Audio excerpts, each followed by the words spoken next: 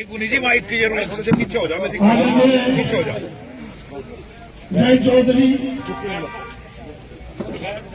पूर्व विधायक राजपाल सैनी जी, सांसद जी, आदरणीय जिलाध्यक्ष प्रमोद त्यागी जी, अनिल विधायक जी, सुनील चित्तौड़ जी और राजपाल विधायक जी, प्रसन्न चौधरी जी और सम्मानित मंच, सभी गठबंधन के नेतागण, मैं आपको आश्वस्त करा देना चाहता हूं चौधरी साहब, जो फ्रीडम, जो मान सम्मान आश्वस्त कराता हूं, आप उनको आश्वस्त कराता हूं, जो मान सम्मान स्वाभिमान तो हमारे ठेस इस भारतीय जनता ने पहुंचाई है, भारतीय जनता पार्टी ने, इसका इलाज हमारा समाज देने का काम करेगा या नहीं करेगा?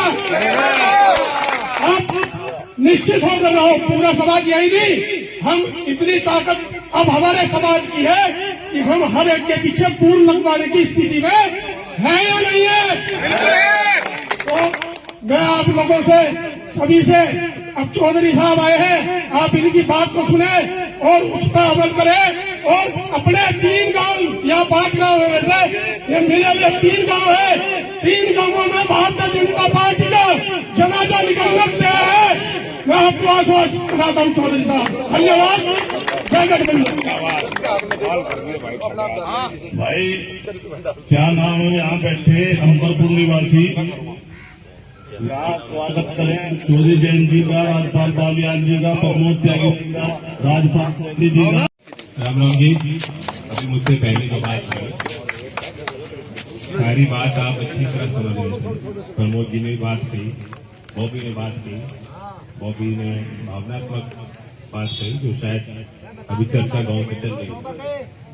सच्चाई ये है कि गांव का आदमी अपने सम्मान और खुदारी के लिए सब कुछ नौछावर करता है और लड़ना भी पड़ता है। हमारी लड़ाई सिस्टम से है।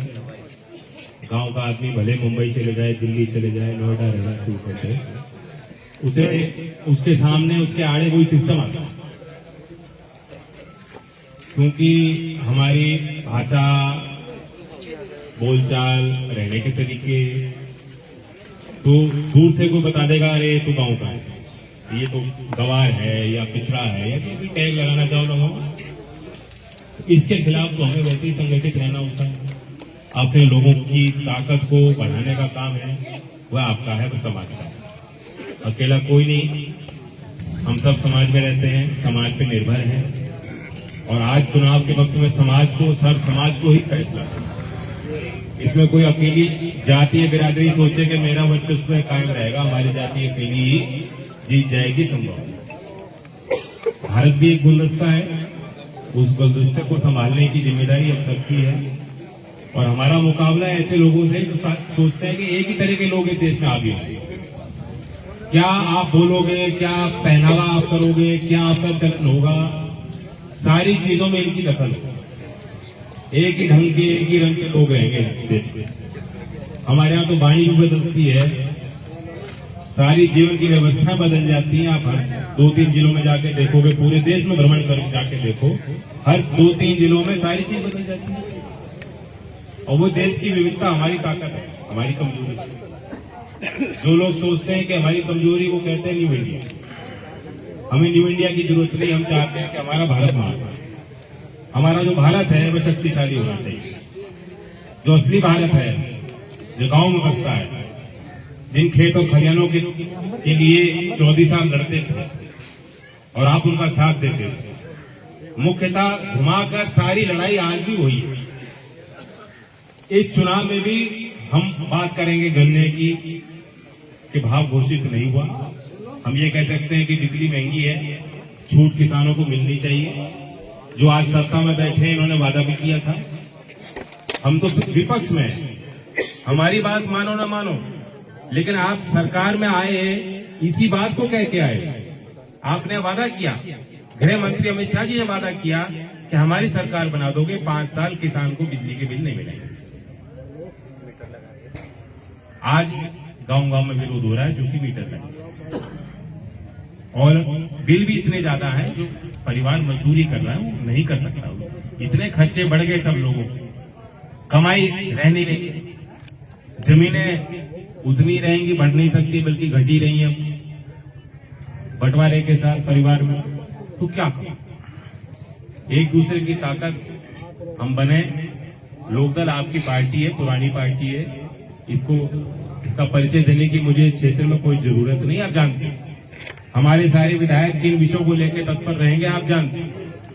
किसान के लिए कभी इन्हें मुझसे पूछने की जरूरत नहीं, जितने हमारे विधायक बैठे हैं। और पार्टियों में सिस्टम अलग अलग होता है।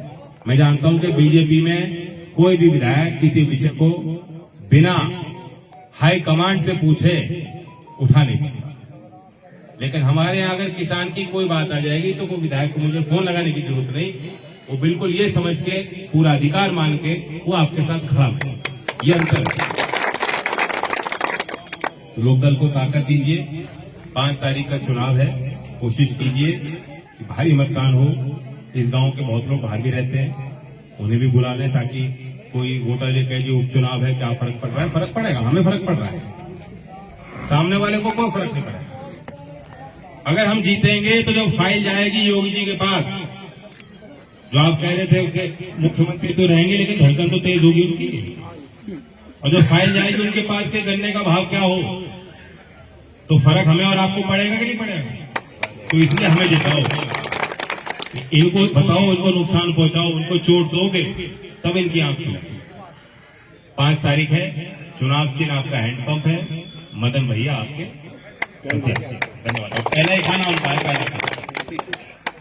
धन्यवाद सोसा।